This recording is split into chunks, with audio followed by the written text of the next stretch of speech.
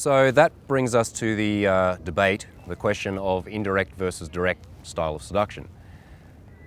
In my opinion, you should always be direct. And not just in terms of the opener that you use when speaking to a girl, but in terms of your life in general. A man must be able to assert himself, he must be able to put forward his desires, he must be able to go for what he wants without apology, without shame, and also without pride and arrogance. And the presuppositions behind the indirect styles of seduction is that you need to hide what you want in order to get it. And so essentially it is completely dishonest. And that's something that's very unattractive to a girl, and it's something that when you've gone out there and tried to be indirect and a girl blows you out, you feel really awful because you know that in that moment you were not being true to yourself. You were hiding the fact that you wanted her, and then she saw through that and of course discarded you. When I get blown out, which has happened 3 times, by a woman after being clear and direct with her, I feel like a fucking hero. The reason being is that I know that in that moment I went as far as I could. I did what I had to do, and I reached an impasse that I couldn't get through because she didn't want me. And then I had to deal with that. And I walk away feeling bigger and better than before. Now, in terms of defining direct, a lot of guys think that that means you have to go up to every girl and say, hey, you're fucking sexy, I want to have sex with you. That's stupid. That's not calibrated at all. Directness first comes from your intention. It comes from what you're feeling in your gut, feeling in your cock, feeling emotionally, thinking, projecting through your eyes, and communicating to somebody. You can communicate so much through your eyes. So I don't need to go up to a girl and explicitly verbally state what I want to do to her with a bucket of bleach and a banana. Not that I would ever do anything with a bucket of bleach or a banana, but some people might. I can just go up to her and say, excuse me, I'd like to talk to you. And in essence, that is 100% direct, because the implication is the only reason I'm there is because I like her. There are many levels of direct, and I think as a beginner, it's very good to verbalize it. To go out there and just tell a girl, look, you're fucking sexy, I really like you, I want to get to know you. Because so many guys have so much fear about the judgment they're going to receive if they let a girl know that they want her. And so it's great to just go out there and put it out there, dozens, if not hundreds of times, and see that usually girls are very receptive to that. Even if they're taken or they're not interested, they will respect you for having the balls to come up and let them know that, yeah, they like you. And over time, as you get more subtle with this, more refined, a lot of that doesn't need to be stated. It can be implied through a look, through a touch, through verbal flirtation, which creates more sexual tension than overt statements of interest, and to the point where you can reach, kind of Zen mastery seduction, where it all pretty much happens in the ether, in space. I think one of the most important skills a man can have in life is the ability to see opportunities when they arise and take them where other people would be scared to. And I know for myself, the reason that I'm sitting on this park bench, which is very glamorous, in Regent's Park in 2012, near the end of the world, is because I took a chance and invested everything that I had on a small opportunity I was given, I think 4 years ago to the day. At the time I was speaking at a very small dating conference in Sydney in Australia, and there was a guy there, a very larger than life character called Vince Calvin, who many of you would know. And Vince liked my speech and he invited me to come to the PUA Summit in Hollywood. And at the time I couldn't afford to do that. The business was in its infancy, we were really just getting by. And I took a big jump there. However, I made sure that I went to that conference. And I made sure that I delivered a speech that was very unique and was something completely out of left field to what most of the guys had seen and heard before. And as a result of that, I met another young gentleman there by the name of Anthony Johnson. And I think to get what you want in life, you have to have this perfect blend of audacity and humility. Because men who are arrogant and try and force things in life tend to hit walls all the time. They tend to get judged, they tend to have to deal with a lot of conflict, and they surround themselves with sycophants. Whereas a man who is too humble and sits back and waits tends to have life passing by. But you need to have a balance of these two things if you want to get what you want. You need to go for it and just go, yep, I want this. And maybe it's not my turn, but here I am at the front of the queue. At the same time, you need to have humility and to understand where the other person's coming from and not trying to push your agenda too hard. And so when I had a chat, it was a very casual chat with Anthony, you know, over 10 minutes, and I think we just clicked on an intention level, on a philosophical level. It was a casual chat, and I let him know I would like to come and speak at your conference, and that was about it.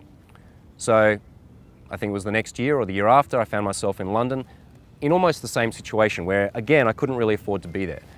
And I decided, it was a very rocky time in my life. I was separating from my long-term partner. There was quite a lot of challenges going on in my life at that time. But again, I decided I need to fucking take this opportunity, because you never know what's going to happen, who you're going to meet. And out of that, my reputation spread a lot. I met another guy called Sasha Day, who I've now been collaborating with for the last year and has highly influenced me, and I think I've done the same to him.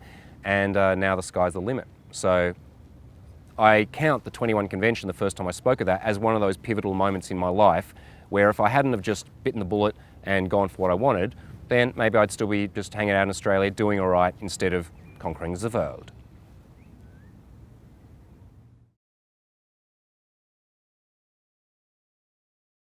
In 2011, I first spoke at the 21 convention here in London, and that was a very challenging experience for me, because although I'm very skilled at being able to be calm and remain present, I was actually going through a pretty rough time. And if anyone can look at the video and pick it out, then you're doing well, because I know how to look stoic and in control at all times, even when I'm not.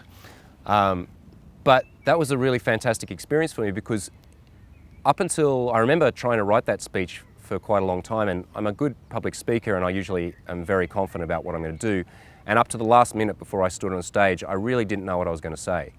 I had prepared some things, but every time I went to go and practice this speech, just nothing was coming out. And I got up and I think I did a pretty good job.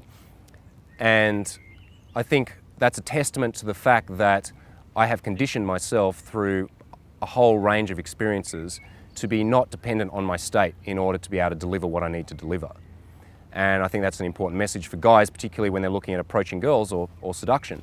You're not always going to feel on top of the world. And confidence is not a static state. It's something that comes and goes depending on what's going on in your life or what experiences you're having, your mindsets and all those kinds of things. And confidence really comes from, in those moments of challenge, in those moments of feeling weak, stepping out into the abyss and doing it anyway, and seeing that it didn't destroy you. You know, the worst thing that could have happened to me in that moment is I would have got up and choked, and some dudes on some forums would have laughed at me, and life would have rolled on. And instead, you know, something good happened. So that time in my life was actually really pivotal. It was me testing myself once again against the edge.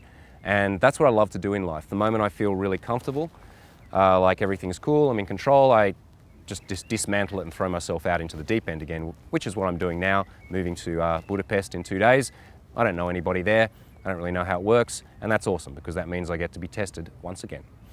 So the experience at the 21 convention was fantastic. It was really enlivening for me. It gave me a real shot in the arm and really kicked me back on my track, so that when I hit the Euro Tour after that and dragged along Steve Maeda and Sasha Day, we had the best tour we've ever had.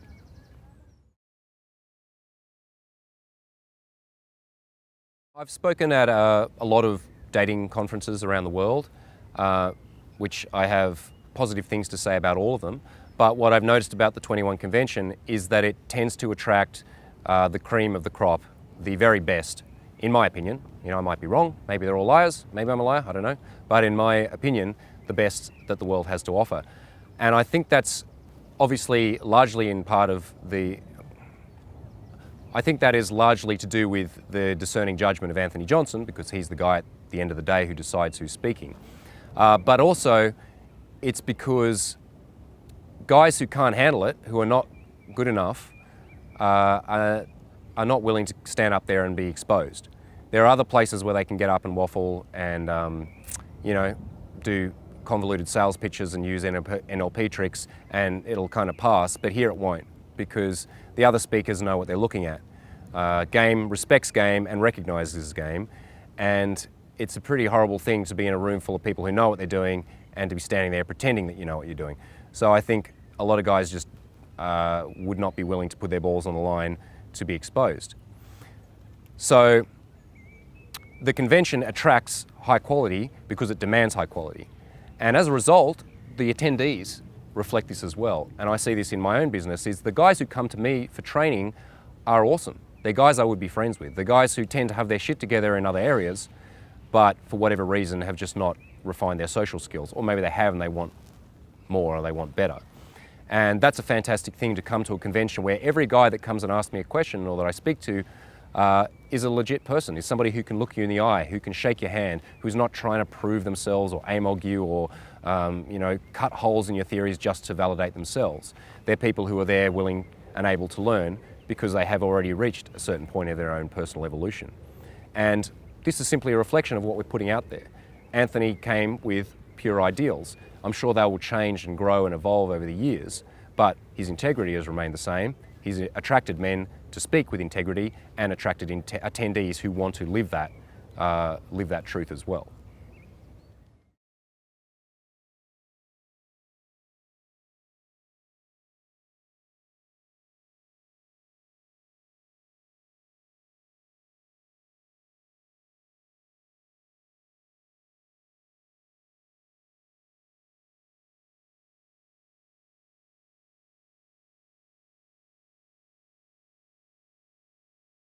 Internal awareness to understand your own emotional state, your thinking processes, the way your physiology and your emotions and your thoughts interact.